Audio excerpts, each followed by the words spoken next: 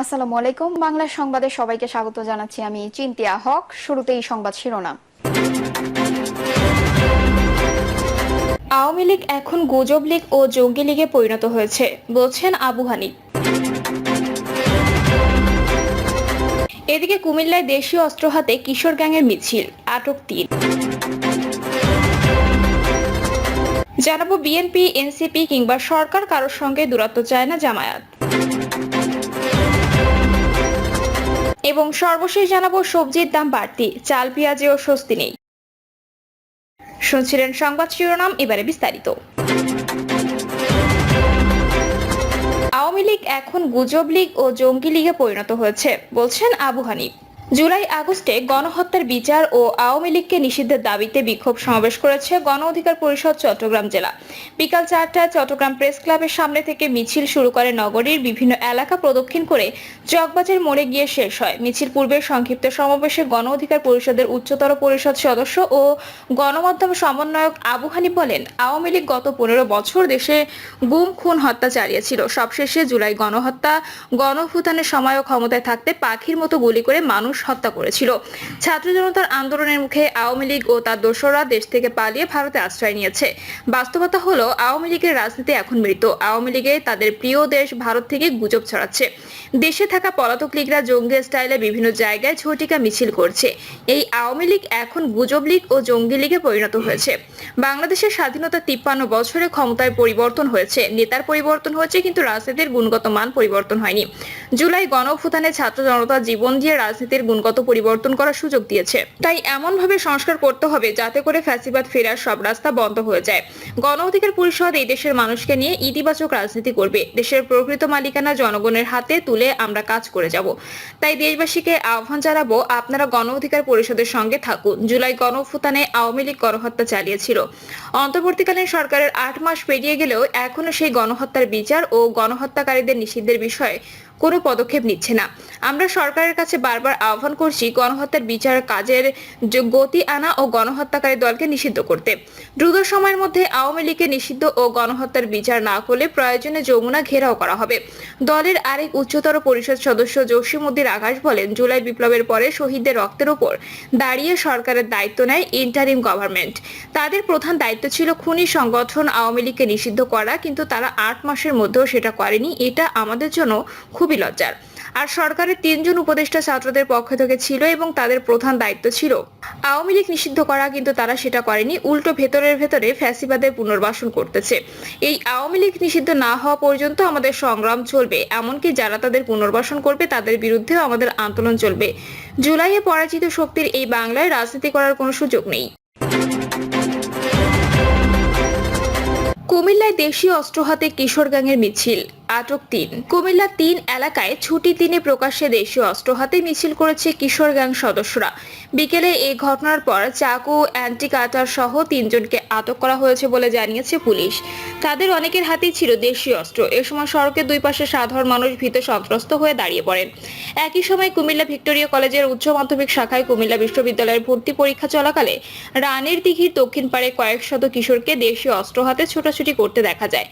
College কেন্দ্রের বাইরে রানীর দিঘির পাড়ে অপেক্ষায় থাকার অভিভাবকরা আতঙ্কিত হয়ে পড়েন। স্থানীয় সূত্রে জানা গেছে, মফিজাবাদ কলোনির রতন ও সাইফুল তাদের নেতা। তারা দুজনই বখাটে। শহর জুড়ে বস্তিবাসী বখাটেদের নিয়েই তারা কিশোর গ্যাং গড়ে তুলেছে। চুরি ছিনতাই তাদের নিত্যদিনের কাজ। সবাই কম বেশি নেশাগ্রস্ত। এসব কিশোররা এখনো স্থানীয় রাজনৈতিক শক্ত শেল্টার পায়নি।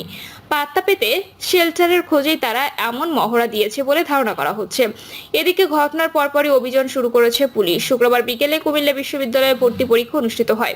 ভিক্টোরিয়া সরকারি কলেজের উচ্চ মাধ্যমিক শাখায় কেন্দ্র ছিল। কান্দিরপাড় এলাকা পার হয়ে রানীর দিঘির দক্ষিণ পাড়ে ১ থেকে ১৫০ কিশোরকে দেশীয় অস্ত্র হাতে ছোটাছুটি করতে দেখা যায়। তাদের সামনে অন্তত ১৫ থেকে ২০টি মোটরসাইকেল বিকট আওয়াজ তুলে সড়ক প্রদক্ষিণ করে। এ সময় ভিক্টোরিয়া কলেজের বাইরে রানীর দিঘির পাড়ে বিভিন্ন জেলা থেকে সন্তানদের নিয়ে পরীক্ষা দিতে আসা অভিভাবকরা আতঙ্কিত হয়ে পড়েন। এক অভিভাবক বলেন, মেয়ে পরীক্ষা দিচ্ছিল, আমরা সবাই অপেক্ষা করছি। এ সময় অন্তত 5 শতাধিক পোলাপান হাতে চাপাতি, বটি, দা নিয়ে মহড়া দিচ্ছিল। এটা অন্তত আতঙ্কের বিষয়, অথচ এখানে প্রশাসনের কোনো লোকজন নেই। প্রশাসন কোথায় গেল? এমন পরিস্থিতি কিছুতেই মেনে নেওয়া যায় না। এছাড়া নগরীর তালপুকুরপাড় এলাকার বাসিন্দারা জানান, বিকেলে 1 থেকে 150 কিশোর চেনি, রামদা ও চাপাতি হাতে এলাকায় আসে এবং ককটেল বিস্ফোরণ ঘটায়। এতে গোটা এলাকার মানুষ আতঙ্কিত হয়ে পড়ে। তারা সড়ক প্রদক্ষিণ করে চলে যায়। বিকেল 4:30টার দিকে আদালতপাড়া এলাকার কিশোর গ্যাং তাদের আধিপত্য বিস্তারকে কেন্দ্র করে মহড়া দেয়। এ সময় সড়কে চলাচলরত যানবাহনের চালকরা ভয়ে সড়কের পাশে অবস্থান নেয়। জানা যায়, নগরীতে 20টির মতো কিশোর গ্যাংয়ের সন্ধান আগ থেকেই রয়েছে। আধিপত্য বজায় রাখতে প্রায় শক্তির মহড়া দেয় তারা। নিজেদের মধ্যে মারামারিও করে। এসব কিশোর গ্যাংয়ের সদস্যদের বেশিরভাগ নিম্ন আয়ের পরিবারের সন্তান। অভিভাবকদের শাসন না মেনে বখাটে হয়ে তারা কিশোর গ্যাং গড়ে তুলে চুরি, ছিনতাই ও ডাকাতির মতো অপরাধে জড়িয়ে পড়ছে। এরা মাদক কেনাবেচার সঙ্গে জড়িত, ভারতীয় পণ্য চোরাচালানের বহনকারীও। এরা আগে আওয়ামী লীগের মেয়র বাহার কন্যা তাহসিন বাহার সুচির স্বামী রনির নেতৃত্বে ছিল কিশোর গ্যাং। বর্তমানে কেউ এখনো তাদের প্রশ্রয় না দেওয়ায় তারা এমন শক্তিমত্তা প্রদর্শন করেছে বলে ধারণা রাজনৈতিক নেতাদের। মাঝে মাঝে পুলিশের অভিযানে ধরা পড়লেও জামিনে বেরিয়ে এসে তারা আবারও অপরাধমূলক কর্মকাণ্ডে জড়িয়ে পড়ছে। এদের বিবাদে নগরে বেশ কয়েকটি হত্যাকাণ্ডেরও ঘটনা ঘটেছে। কুমিল্লার কোতোয়ালি মডেল থানার ভারপ্রাপ্ত কর্মকর্তা মহিনুল ইসলাম জানান, কিশোর গ্যাংয়ের মহড়ার খবর পেয়ে পুলিশ অভিযান নেমেছে। দেশীয় অস্ত্র সহ 3 জনকে আটক করা হয়েছে। অভিযান চলছে, পরে আরো বিস্তারিত জানানো হবে। বিএনপি, এনসিপি কিংবা সরকার কারোর সঙ্গে দূরত্ব চায় না জামায়াত। ত্রয়োদশ জাতীয় সংসদ নির্বাচন ঘিরে ভিন্ন কৌশলে এগোচ্ছে বাংলাদেশ জামায়াত ইসলামী। সরকার, বড় রাজনৈতিক দল বিএনপি ও তরুণদের দল এনসিপি কারোর সঙ্গে দূরত্ব চায় না দলটি। এজন্য নির্বাচনের সময়সীমা ইস্যুতে বারবার অবস্থান পরিবর্তন কৌশলেরই অংশ। বিএনপির সঙ্গে থাকার বিষয়ে জামায়াতের ওপর তৃণমূলের একটি বড় অংশের চাপ রয়েছে। আগামী দিনে বিরোধী দলে থাকলে দলের জন্য বড় ক্ষতি হতে পারে, এমনটি মনে করছে তৃণমূল।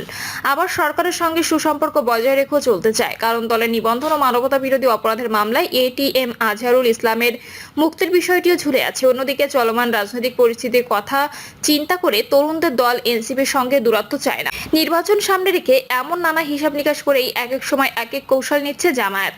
দলটির বিভিন্ন স্তরের নেতাদের সঙ্গে আলাপ করে জানা গেছে এসব তথ্য। অন্তর্বর্তী সরকারের পক্ষ থেকে নির্বাচনের দিনক্ষণ ঘোষণা না করা হলেও নির্বাচনী মাঠ গোছাচ্ছে জামায়াত। 2 শতাধিক আসনে সম্ভাব্য প্রার্থীও ঘোষণা হয়েছে। এমন পরিস্থিতিতে নির্বাচনের সময়সীমা নিয়ে দলীয় অবস্থানকে অনেকে অস্পষ্ট বলছেন। পাশাপাশি এটিএম আজহারুল ইসলামের মুক্তির বিষয়ে দলীয় অবস্থান নিয়ে নেতাকর্মীদের মধ্যে ক্ষোভ বাড়ছে। তাদের অনেকে সামাজিক যোগাযোগ মাধ্যমেও এ নিয়ে আলোচনা করেছেন। গত 16 এপ্রিল মার্কিন প্রতিনিধি দলের সঙ্গে বৈঠকের পর জামায়াতের আমির ডক্টর শফিকুর রহমান বলেছিলেন, প্রথম রমজানের আগেই তারা জাতীয় সংসদ নির্বাচন চান। ঠিক এর পরদিন এক সংবাদ সম্মেলনে জামায়াতের আমির বলেন, প্রয়োজনীয় সংস্কার, দৃশ্যমান বিচার সহ 3 দাবি পূরণ হলে নির্বাচন হতে পারে। 19 এপ্রিল লালমনিরহাটে এক জনসভায় জামায়াতের আমির বলেন, নির্বাচনের আগে অবশ্যই সরকারকে 2টি কাজ নিশ্চিত করতে হবে: খুনিদের বিচার, দৃশ্যমান ও প্রয়োজনীয় সংস্কার। সর্বশেষ ময়মনসিংহ এক কর্মী সম্মেলনে তিনি জাতীয় সংসদ নির্বাচনের আগে স্থানীয় সরকার নির্বাচন দেওয়ার আহ্বান জানিয়েছেন। তিনি বলেন, সংস্কারের জন্য কতটুকু সময় লাগবে, নির্বাচন কখন হবে এটা নিয়ে কথা। প্রধান উপদেষ্টা বলেছেন, নির্বাচনের সম্ভাব্য তারিখ হচ্ছে ডিসেম্বর থেকে আগামী বছরের জুনের মধ্যে। এটা আমরা মনে করি, বুঝে শুনেই বলেছেন তিনি। এতে তার আন্তরিকতাও আছে বলে আমি মনে করি। এখন শুধু দেখতে চাই তার দেওয়া সময়সীমার ভেতরে তিনি সুষ্ঠু নির্বাচন অনুষ্ঠানের যাবতীয় পদক্ষেপ নেবেন। প্রিয় দর্শক, এই ছিল এখনকার সর্বশেষ সংবাদ। আপডেট সব সংবাদ পেতে চ্যানেলটি সাবস্ক্রাইব করে বেল আইকনটি ক্লিক করে রাখুন।